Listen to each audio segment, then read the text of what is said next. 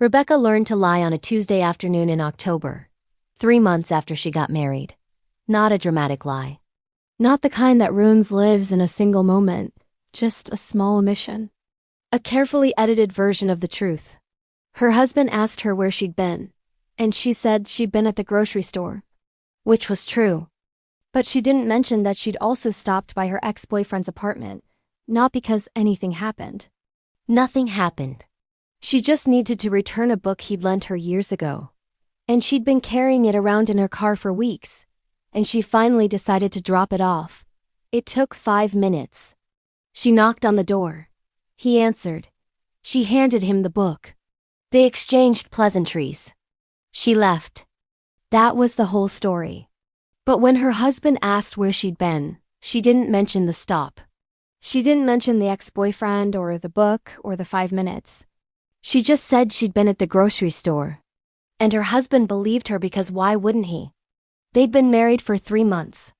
They were still in the phase where trust felt automatic, where the idea of questioning each other seemed absurd. Rebecca told herself it wasn't a lie. It was just an omission. A strategic editing of details that weren't relevant to the conversation. Her husband didn't need to know about the ex-boyfriend or the book. It didn't matter. It was ancient history. But as she sat at the dinner table that night, eating the pasta she'd made from the groceries she'd bought, she felt a small knot forming in her chest. Not guilt, exactly. More like awareness. Awareness that she had created a space between what was true and what she'd said was true. And that space, however small, was now a part of their marriage. She told herself it was fine. That every marriage had little spaces like this. That honesty didn't mean telling your spouse every single detail of your day. That privacy and secrecy were different things. But the knot in her chest didn't go away. It just settled in, found a permanent place between her ribs, and made itself at home.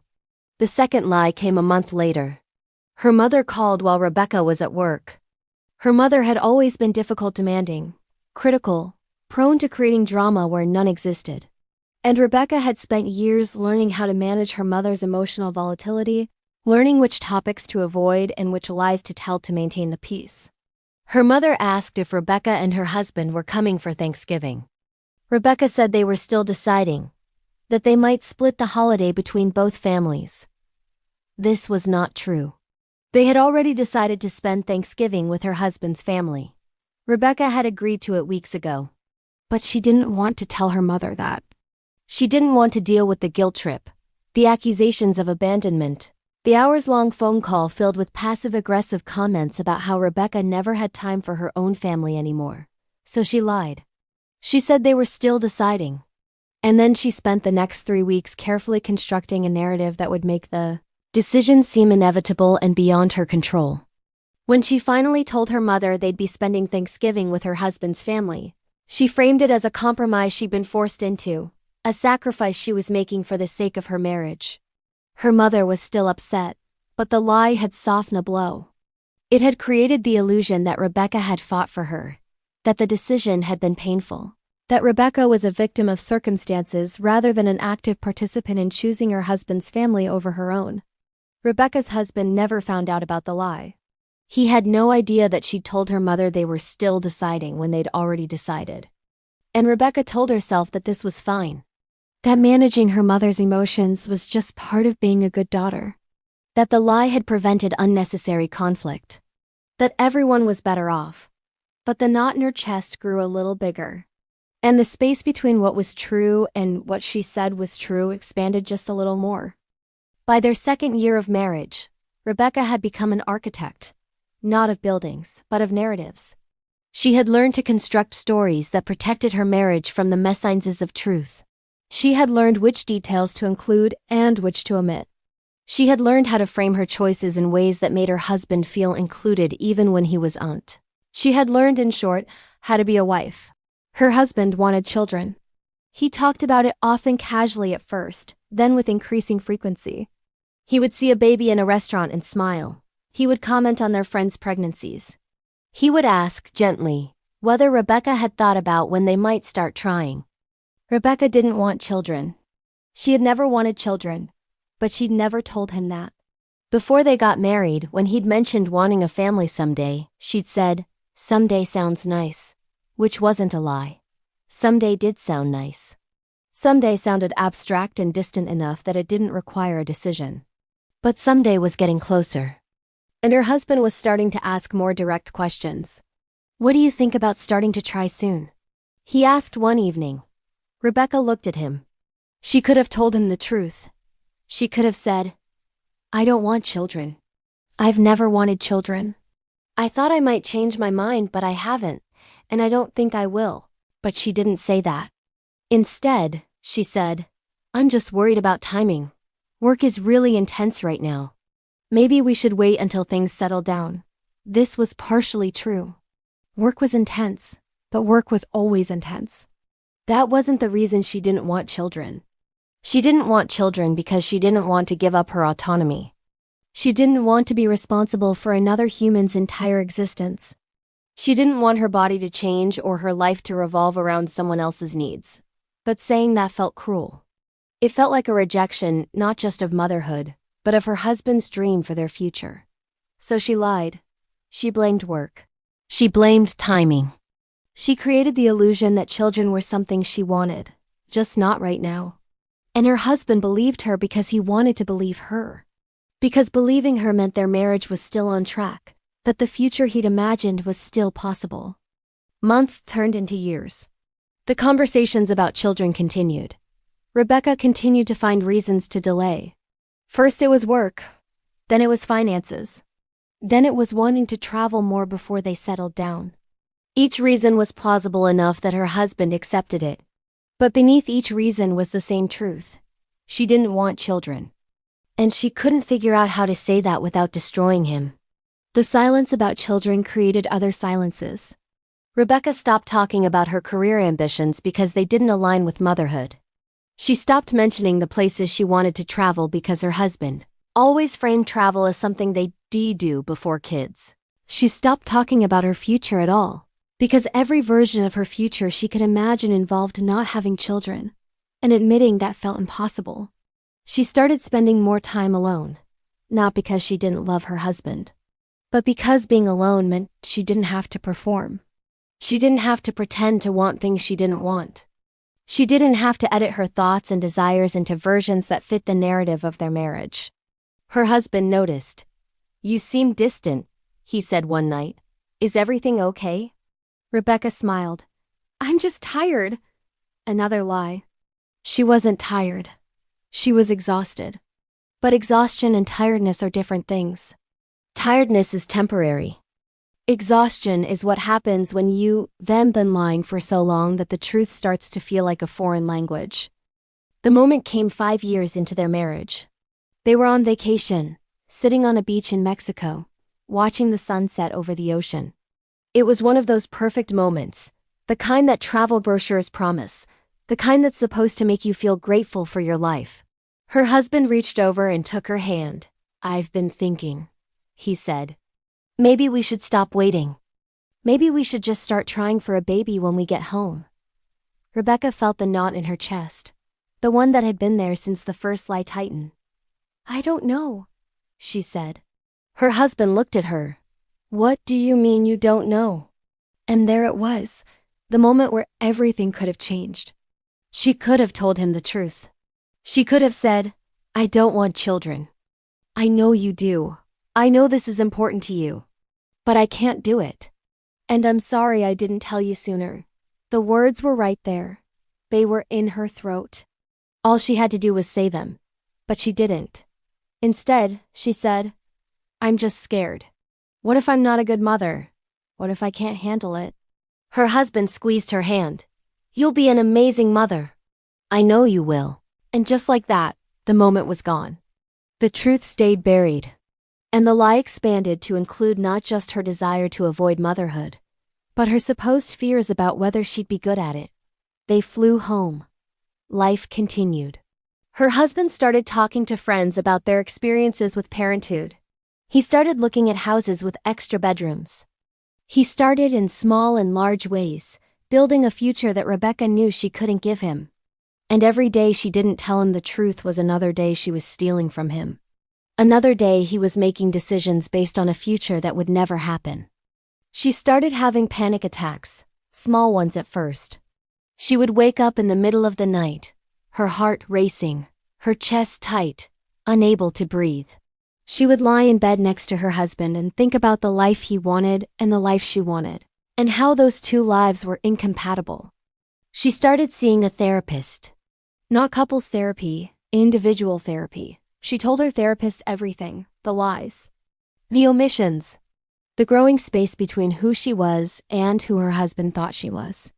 Her therapist asked, "Why haven't you told him the truth?" Rebecca didn't have a good answer. "Because it will hurt him. And lying to him doesn't hurt him?" Rebecca thought about that.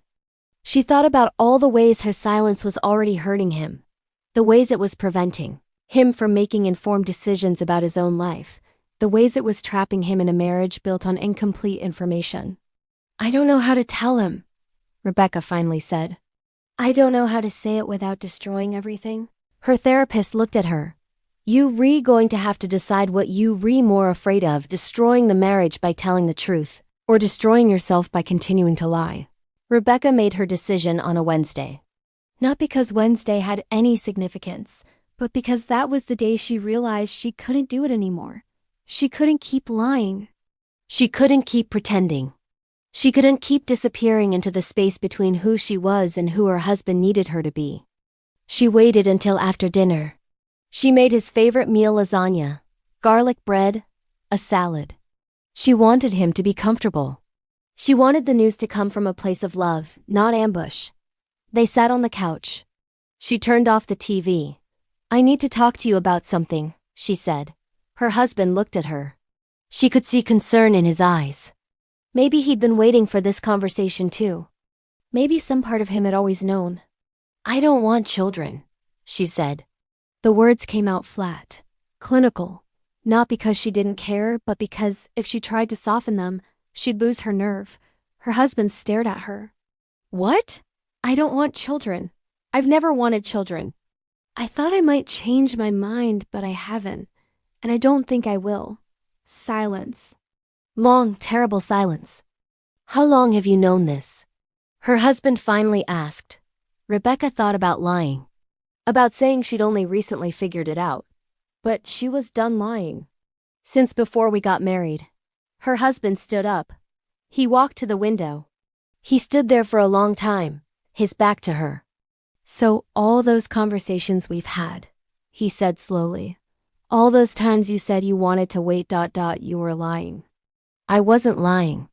I was just delaying. I was hoping I'd change my mind." "But you didn't." "No." Her husband turned around. She expected anger, but what she saw was worse than anger. She saw betrayal. "You let me build a life around a lie," he said. "I've spent 5 years planning for a future that you knew wasn't going to happen. I've made decisions, career decisions, financial decisions, decisions about where to live and how to live, based on the assumption that we'd have children someday. And you let me do that. You watched me do that and you said nothing." "I'm sorry," Rebecca said. The words felt inadequate. "You're sorry?" Her husband laughed. It was a bitter sound. "You're sorry? You took 5 years of my life." 5 years I could have spent with someone who wanted the same things I want. "And you're sorry?" "I didn't mean to hurt you. But you did hurt me. You've been hurting me every single day for 5 years. Every time you lied, every time you made an excuse, every time you let me believe we were on the same page, you were hurting me." Rebecca didn't have a defense. He was right. She had hurt him, not intentionally, but the impact was the same. "What do you want to do?" she asked. Her husband looked at her. "I don't know. I need time to think." He left. He went to his brother's house. He stayed there for 3 days. When he came back, he looked exhausted. "I think we should separate," he said. "Not divorce, not yet. But I need space. I need time to figure out if this is something I can live with." Rebecca nodded. She understood. She moved into a friend's apartment. She took only what she needed: clothes, toiletries, her laptop. She left everything else behind. The house felt like a museum of a life she tried to build on a foundation of lies. 6 months passed. Rebecca and her husband spoke occasionally. Practical conversations about bills and logistics. They didn't talk about the future. They didn't talk about whether they'd get back together. They just existed in limbo, waiting for one of them to make a decision. Rebecca started building a new life. Not the life she'd wanted. She didn't know what life she wanted anymore. But a life that felt more honest. She focused on work. She got a promotion. She started traveling, not to exotic locations, but to small towns and cities where nobody knew her, where she could be anonymous. She started writing, not for publication. Just for herself. She wrote about the architecture of lies. About how small omissions grow into massive structures. About how silence can be both a refuge and a prison. She wrote about the woman she had been before she got married, the woman who knew what she wanted and wasn't afraid to say it. And she wrote about the woman she'd become, the woman who'd learned to edit herself into versions that other people could love. Her therapist asked her one day, "Do you miss him?" Rebecca thought about the question. "I miss the version of our marriage that existed before I told him the truth. But that version was built on a lie. So I don't know if I actually miss it, or if I just miss the comfort of not having to confront reality." Do you regret telling him? No. I regret not telling him sooner. I regret all the years I stole from him. I regret building a life on a foundation that I knew would eventually crumble. Her husband filed for divorce after 8 months. The papers came in the mail on a Tuesday. Rebecca signed them without hesitation. The divorce was finalized 3 months later. They split everything evenly. The house, the savings, the furniture. It was all very civilized, very mature, very sad. Rebecca's husband remarried 2 years later. She saw the announcement on Facebook. His new wife was younger, prettier, and clearly excited about the prospect of children. They had a baby a year after that. Rebecca felt a strange mix of emotions when she saw the photos. Relief that he'd found someone who could give him what he wanted. Sadness that she hadn't been that person. And gratitude that she told him the truth before it was too late for him to have the life he wanted. Rebecca didn't remarry. She dated occasionally, but nothing serious. She learned to be alone. Not in a tragic, lonely way, but in a way that felt true. She learned that being alone was better than being with someone, and having to disappear parts of yourself to make the relationship work. She learned that honesty is painful, but dishonesty is corrosive. That lies don't protect people, they just delay the inevitable hurt. She learned that some people are not meant to build traditional lives. And that's okay. 10 years after the divorce, Rebecca ran into her ex-husband at a coffee shop. He was with his family, his wife, 2 kids. He looked happy. They exchanged pleasantries. He introduced her to his wife. The wife was polite but distant. She clearly knew who Rebecca was. They talked for 5 minutes. Then he said he had to go. Before he left, he said, "I'm glad you're doing well." Rebecca nodded. "I'm glad you are too." And she meant it. Because that's what healing looks like. Not forgiveness necessarily, but acceptance. The ability to look at someone who you hurt and who hurt you and feel genuinely glad that they found a life that works for them. Rebecca walked home that day and felt, for the first time in a decade, like she could breathe. The knot in her chest was gone. The space between who she was and who she pretended to be had closed. She was just herself now. Complicated, flawed, honest. And that was enough.